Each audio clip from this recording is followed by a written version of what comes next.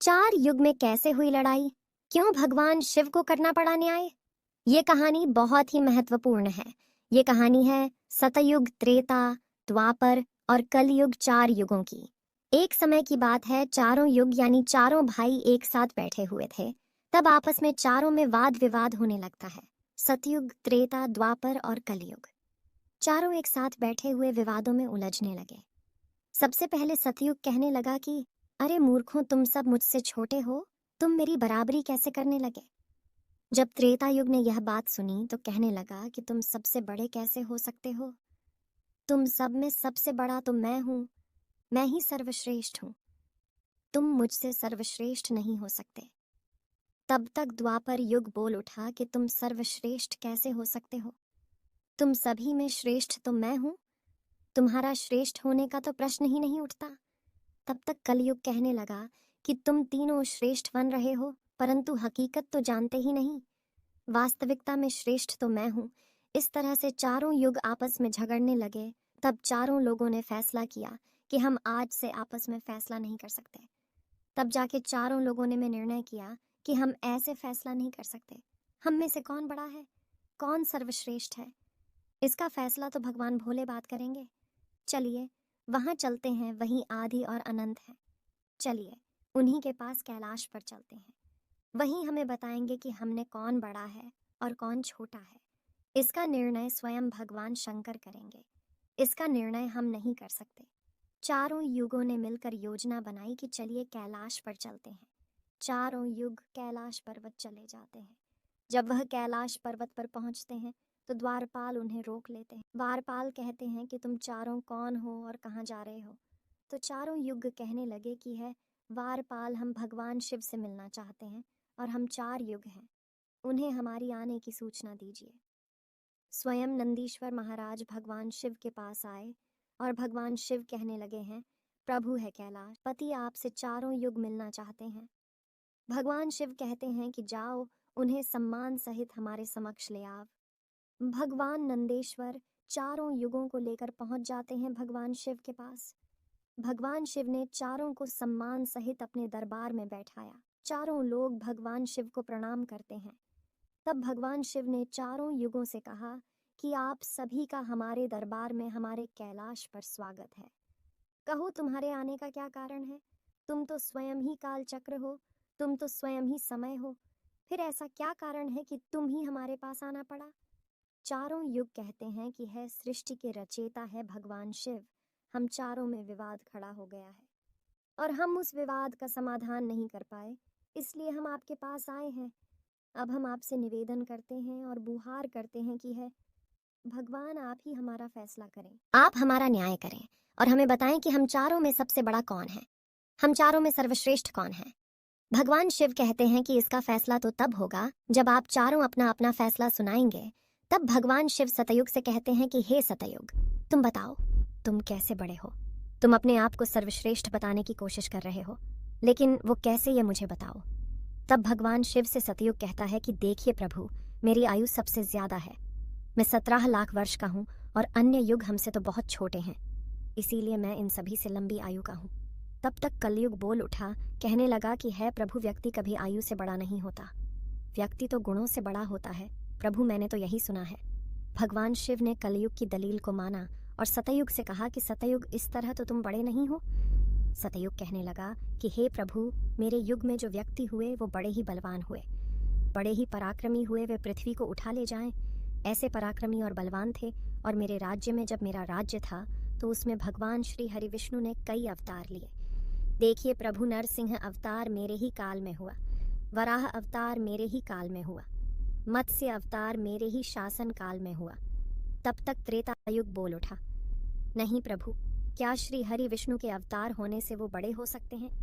तो प्रभु, अवतार तो मर्यादा पुरुषोत्तम श्री राम का मेरे काल में भी हुआ था, जिन्होंने संसार को मर्यादा सिखाया। और बलवान की बात करते हो, कर्ण जैसे योद्धा, रावण जैसे योद्धा मेरे शासन काल में भी हुए।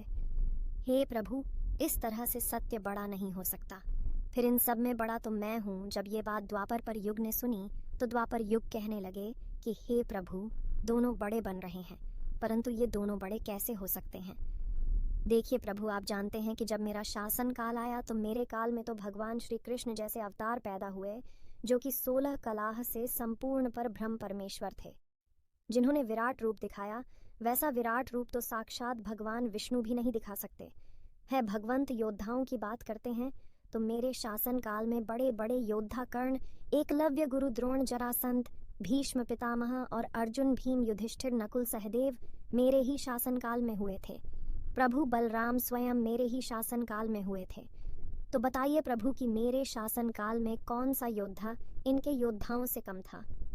है प्रभु, इन सब में तो मैं हूँ। तब तक कलयुग बोल उठा। कलयुग कहता है कि हे प्रभु, मैं इनकी बातें मान लेता हूँ। इनके शासन काल में जो भी योद्धा हुए, जो भी अवतार हुए, उनमें कई कामजोरियां पाई गई थी, और जिनके शासन काल में कमजोरी वाले मनुष्य हो, वो सर्वश्रेष्ठ कैसे हो सकता है? कलयुग कहने लगा कि नहीं भगवान, मेरा शासन काल सबसे अच्छा है। मेरे युग में व्यक्ति दुखी नहीं पा सकता। अच्छे अच्छे और नई नई तकनीकों से परिपूर्ण मेरा युग, मेरा शासन काल सभी में सर्वश्रेष्ठ है। जब भगवान शिव ने चारों युग, सत्ययुग, त्रेता, द्वापर और कलयुग चारों की वाणी सुनी, चारों के उत्तर सुने, चारों की बहस सुनी, तो भगवान शिव अपने मन में विचार करने लगे और सोचने लगे कि इनका फैसला कैसे किया जाए। पास में ही माता पार्वती बैठी थी। माता पार्वती कहती है कि है प्रभु, अगर आप ही इनका फैसला नहीं कर पाए तो फिर इनका फैसला कौन करेगा? फिर तो चारों भाई आपस में ही मर जाएंगे। है महादेव, इसीलिए आप ही इनका फैसला कीजिए। सभी देवता मिलकर भगवान शिव से कहने लगे कि हे भोलेनाथ, आप ही इनका फैसला करें। नहीं तो चारों युग अगर आपस में लड़ने लगे तो फिर क्या होगा? सृष्टि का काल चक्र रुक जाएगा, समय का प्रवाह रुक जाएगा। हे भोलेनाथ, आप ही कुछ कीजिए। भगवान शिव कहते हैं कि ठीक है, मैं समस्त गणों की बात मानता हूँ, मैं इन चारों लोगों का फैसला करूंगा। भगवान शिव ने चारों से कहा कि चलो ठीक है, मैं तुम चारों की परीक्षा लूंगा, और जो परीक्षा में सफल हुआ वही सबसे बड़ा होगा। सतयुग बोल उठा कि हे भगवंत, आप जो चाहे वो परीक्षा ले लीजिए, लेकिन सबसे बड़ा तो मैं ही रहूंगा। कलयुग कहता है, हे प्रभु, हम भी परीक्षा देने के लिए तैयार हैं, आप तो बस परीक्षा लीजिए। चारों युग परीक्षा देने के लिए तैयार हो जाते हैं। भगवान शिव ने 100 टन वजन का एक परसा लिया, लोहे का परसा, और कैलाश पर्वत के नीचे एक तलहटी में रख दिया, और उस परसा के पास में ही एक चावल का ढेर लगा दिया। भगवान शिव ने चारों युगों को बुलाया और कहा कि तुम चारों यह देख रहे हो, तुम्हारा परीक्षा अभी हो जाएगा। भगवान शिव सतयुग से कहते हैं कि सतयुग, मेरे 500 गण यहाँ बैठे हैं, और इस परसा में रखे हुए चावल को बनाना है तो इन चावलों को तुम्हारे युग का व्यक्ति ही बनाएगा, और मेरे यहाँ जीतने गण हैं, वो सब भोजन करेंगे। भगवान शिव कहते हैं कि हे सतयुग, तुम्हारे युग का व्यक्ति बनाओ और उसे भोजन बनाने के लिए भेज दो, और हम सभी लोग यहाँ खड़े होकर देख रहे हैं। जब भगवान शिव की बात सतयुग ने सुनी तो एक बहुत बड़ा बलवान योद्धा सतयुग ने बनाया और कहा कि जाओ बेटे, इस परसा में चावल बनाओ और बना करके भगवान शिव के इन सभी गणों को भोजन कराओ। अपने महाराज का आदेश सुन करके सतयुग का आदमी चलता है।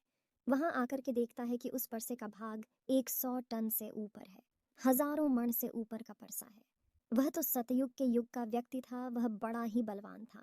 उसने एक बहुत बड़ी भट्ठी खोदी, भट्ठी खोदने के बाद पेड़ों को तोड़ करके लाया और उसने अग्नि जलाई। अग्नि जलाने के बाद परसे को एक हाथ से उठाया और उठा करके भट्ठी पर रख दिया, और चावल उठाया और परसा में डाल दिया, पानी डाल दिया और चावल बना डाला। जब बहुत विशाल परसा में चावल बन गए तो उस व्यक्ति ने, जो सतयुग का था, समस्त गणों को बैठाया, परतल दिया और चावलों से भोजन करा दिया। उसने अपना कार्य पूरा करके अपने मालिक सतयुग के पास आया और कहने लगा कि है प्रभु, मैं जा रहा हूँ, अब मेरा काम हो गया है। भगवान विष्णु और अन्य लोग देख रहे थे। भगवान शिव त्रेता युग से कहते हैं कि हे त्रेता, तुम अपने युग के व्यक्ति को भेजो, और यह परसा जो रखा हुआ है इसे मैं अपनी माया से हटा देता हूँ और दूसरा इसी के समान परसा बना देता हूँ।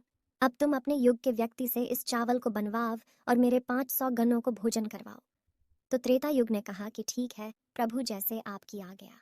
तो त्रेता युग ने भी अपना एक महान योद्धा कुंभकर्ण जैसा बलवान प्रकट किया और उसको आदेश दिया, जो तलहटी में नीचे हजारों तनख्वाह परसा रखा हुआ है, इसमें हजारों मन जो पास में चावल रखा है उसे बनाना है, पकाना है, और जब चावल पक करके तैयार हो जाए तो इन 500 घनों को खाना खिलाना है। त्रेता युग का व्यक्ति भी बड़ा ही बलवान था। वह चलता है उस परसे के पास आया, पास में एक भट्टी खोदी और उस परसा को दोनों हाथों से ताकत लगाएं और उठा करके भट्टट्ठी पर रख दिया और ऊपर से रखने के बाद अग्नि जलाएं और अग्नि जलाकर उसमें चावल डाला, पानी डाला। चावल पक करके तैयार हो गए। त्रेता युग के व्यक्ति ने उस परसा से निकाला और निकाल करके जो भगवान शिव के गण थे उन सबको खाना खिलाया और भोजन करने के बाद सभी गण वापस कैलाश पर्वत पर आ गए। भगवान शिव ने फिर अपनी शक्ति से उस परसे को समाप्त कर दिया। भगवान शिव द्वापर युग से कहते हैं कि द्वापर ये दोनों युग अपनी अपनी परीक्षा दे चुके हैं, अब तुम्हारी बारी है। देखिए, इनता ही बड़ा परसा उस तलहटी में दिखाई दे रही है और हजारों मण चावल रखे हुए हैं और तुम्हें मेरे 1500 गणों को भोजन कराना है। द्वापर युग कहने लगा कि ठीक है प्रभु, आपकी जैसी इच्छा में पूरा प्रयत्न करूंगा कि मेरे युग का जो व्यक्ति है आपके सभी गणों को खाना खिला सके। द्वापर युग ने भी एक भीम जैसे अवतार वाला बड़ा ही ताकतवर बलवान व्यक्ति को बना करके खड़ा कर डाला और उससे कहा कि जाइए, देखिए तलहटी में परसा रखा हुआ है, वहां रखे परसे में उस चावल को बनाना है और बनाकर इन सभी गणों को भोजन कराना है। वह व्यक्ति अपने प्रभु से कहता है कि ठीक है प्रभु, जैसी आपकी आज्ञा। द्वापर युग का व्यक्ति चलता है, उसने देखा तो परसा कुछ आकार में बड़ा है, उठाने में ताकत लगानी पड़ेगी, परंतु उसने भट्ठी खोदी और लकड़ियों की व्यवस्था की और उस परसे को दोनों हाथों से उठाया और उस परसे को अपना पुरादम लगाकर दोनों हाथों से उठाया, क्योंकि उसे सतयुग और त्रेता युग के व्यक्ति उठा सकते थे, तो उस बहुत ताकत लगानी पड़ी। पूरी ताकत लगा के उसने उस परसा को उठाया और उठा करके जैसे तैसे खींच खाकर उसे भट्टी बना दिया। नीचे अग्नि लगाए और उसमें चावल डाल दिए और जब चावल पक गए तो वही तरीका भगवान शिव के उन सभी गणों को भोजन कराया। खाना खिलाने के बाद बहुत द्वापर युग का व्यक्ति अपने मालिक के पास आता है और कहता है कि प्रभु, मैंने अपना काम कर दिया। वहां पर युग ने उसकी पीठ थपथपाई और कहा, शाबाश, अब तुम जा सकते हो। अब भगवान शिव कहते हैं कि हे कलयुग, अब तुम्हारी बारी है। परसा तुम देख रहे हो, उसका वजन कम नहीं होगा, उसका वजन उतना ही रहेगा, 1000 टन। लेकिन जब तुम्हें परीक्षा देनी है, तुम मानने को तैयार नहीं थे कि तुम सबसे छोटे हो, लेकिन तुमने तो माना नहीं। तुम्हारे आदमी की आयु भी मात्र 100 वर्ष है, जबकि अन्य लोगों की आयु सबसे अधिक होती है। सतयुग की आयु 1,00,000 वर्ष होता है, त्रेता युग में 10,000 वर्ष होती थी और द्वापर युग में 1,000 वर्ष होती थी, और यह कलयुग तुम्हारे शासन में मात्र 100 वर्ष ही है और तुम्हारा आदमी भी छोटा है। जब भगवान शिव की बातें कलयुग ने सुनी तो कलयुग कहता है कि प्रभु ठीक है, मैं आपकी बात मानता हूँ, लेकिन पहले ही आप मुझे इस तरीके से हताश मत कीजिए। प्रभु, आप तो एक न्याय करता है, आप तो एक जज है, सबको मौका दिया जाए। परीक्षा देने के लिए मुझे भी परीक्षा देने का एक मौका दीजिए। हम भी परीक्षा देकर देखेंगे, यदि हमसे नहीं हो पाया तब जाके हम मानेंगे। भगवान शिव कहते हैं ठीक है, तुम अपना आदमी बुला लो। फिर भगवान शिव कहते हैं कि ये परसा देख रहे हो, 1000 टन का है, वहां चावल रखा है, ये 1000 किलो टन का परसा है और इसमें इतने सारे चावल रखे हुए हैं, तुम्हारा व्यक्ति क्या करेगा? कलयुग कहता है कि ठीक है प्रभु, आप मेरा तमाशा तो देखिए। तीनों युग हंसने लगे। भगवान शिव भी उसकी बात को सुन के अचंभित थे। भगवान शिव सोच रहे थे कि क्या कलयुग का व्यक्ति इतने 1000 किलो टन के परसे को उठा पाएगा? कलयुग ने बड़े ही बुद्धिमान व्यक्ति को पैदा किया, बड़ा ही तीव्र व्यक्ति था, बहुत ज्यादा सोचने वाला व्यक्ति था। सभी गुणों से संपन्न व्यक्ति को कलयुग ने पैदा किया और पैदा करके व्यक्ति से कहा कि बेटे, तुम्हें अपनी शक्ति दिखानी, परीक्षा का समय है, यदि तुम इसमें असफल हो गए तो मैं सबसे छोटा हो जाऊंगा। वह व्यक्ति अपने महाराज से कहता है कि महाराज, इस एक परसा की बात करते हैं, आप ऐसा 1000 परसा हमारे सामने हो तो भी कुछ भी नहीं कर सकते। जब उस व्यक्ति की बात तीनों लोगों ने सुना तो वह हंसने लगे, कह रहे थे कि आज छोटा सा जिसकी लंबाई मात्र 3 हाथ है, ये क्या करेगा, जबकि हमारे युगों की लंबाई तो बहुत हुआ करती थी। ये बात तो बिल्कुल सच है। सतयुग के लोगों की लंबाई 21 हाथ थी और त्रेतायुग के व्यक्ति की लंबाई 14 हाथ थी और द्वापर युग के व्यक्ति की लंबाई 7 हाथ थी और कल युग के व्यक्ति की लंबाई उस वय के 3.5 हाथ होती है। तीनों युग बड़ी जोर जोर से हंस रहे थे। कलयुग कह देता है कि आप बस देखते रहिए, मैंने अपने लड़के को भेज दिया है। कलयुग का आदेश पाकर के वह कलयुग का व्यक्ति, तीव्र बुद्धि वाला व्यक्ति, उस तलहटी में आया। तलहटी में आकर उसने देखा कि पर्चा का वजन तो बड़ा ही विशाल है, मैं इसे उठा नहीं पाऊंगा। तो उस व्यक्ति ने दिमाग लगाया, उस पैसे के नीचे मिट्टी खोदना शुरू कर दिया। परसा तो उसने हिलाया भी नहीं, और उसके नीचे भटकी खोद कर तैयार कर दिया। लकड़ियों की व्यवस्था करने में उसे तब थोड़ा सा भी समय नहीं लगा, क्योंकि लकड़ियां वहीं रखी हुई थीं। उसने उन लकड़ियों को उठा लिया और उस भट्टी में आग जला दी। परसा में चावल डाला, पानी डाला, और बस कुछ ही समय में चावल पक करके तैयार हो गए। वह कलयुग का व्यक्ति कितना दिमाग वाला था। उसने कुछ भी नहीं किया, परसा के नीचे भट्टी खोद दी और उसने आग जला दी। चावल को डाल दिया और चावल में पानी डाला और चावल पक भी गया। जब चावल पक गए तो भगवान शिव के गणों को एक कतार में बैठा दिया। उन गणों से कहा कि आप मेरा साथ दें और आप इस चावल को आपस में परोस दीजिए। भगवान शिव के 4 विशाल गण चलते हैं और उन चावलों को बाल्टियों में भर भर के सभी गणों को परोस दिया। तब कलयुग कह देता है कि अब आप सब भोजन कर सकते हैं। भगवान शिव के सभी गण खुशी खुशी भोजन करते हैं। कलयुग का मनुष्य उन 4 शेष बचे गणों को भी भोजन कराया। भोजन कराने के बाद उस परसे को साफ किया और परसा वहीं छोड़ दिया और उसका काम पूरा हो गया। वो अपने महाराज कलयुग के पास आया और आकर के कलयुग से कहा कि हे प्रभु, मैंने आपका काम कर दिया है। कलयुग बहुत खुश था। वह उसका पीठ थपथपाता है और कहने लगा, वाह शाबाश, आपने मेरी लाज रख ली, आपने मेरी परीक्षा पास कर ली। भगवान शिव और तीनों युग देखकर अचंभित रह गए। कलयुग कहने लगा कि यह भगवान शिव, अब आप निर्णय कीजिए कि हम में से बड़ा कौन है। भगवान शिव मन में विचार करने लगे और सोच करके जवाब दिया। भगवान शिव कहते हैं, मैंने तुम चारों की परीक्षा देखी। जब सतयुग का व्यक्ति आया तो उसने अपनी ताकत लगाई और ताकत लगा के परसे को उठा करके अग्नि पर रख दिया और स्वयं ही मेरे सभी गणों को चावल परोसा। जब त्रेता युग की बारी आई तो उस व्यक्ति ने भी बिल्कुल ऐसा ही किया। परसे को उठाया, भट्ठी पे रखा, उसने चावल डाला, पानी डाला और उसे पकाया और सबको खिलाया। और इसी तरीके से द्वापर युग के व्यक्ति ने भी किया।